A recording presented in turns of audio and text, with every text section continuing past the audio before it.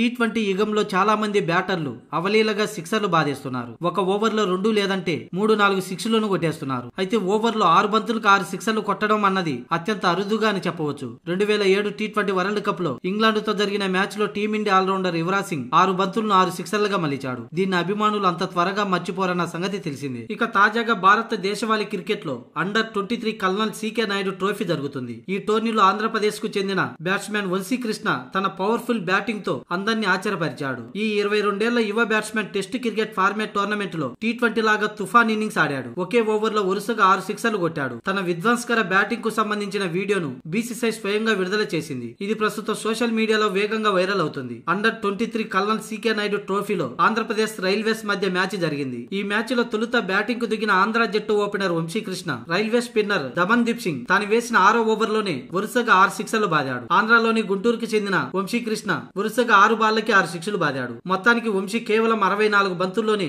110 పరుగులతో అద్భుత శతకాన్ని నమోదు చేశాడు. మొత్తంగా 10 సిక్సర్లు తన ఇన్నింగ్స్ లో ఉన్నాయి. ఇక వంశీకృష్ణ ఒక ఓవర్లో 6 సిక్సర్లు కొట్టడంతో రవిశాస్త్రి, యువరాజ్ సింగ్, రుతురాజ్ గైక్వాడ్ క్లబ్ లో చేరాడు.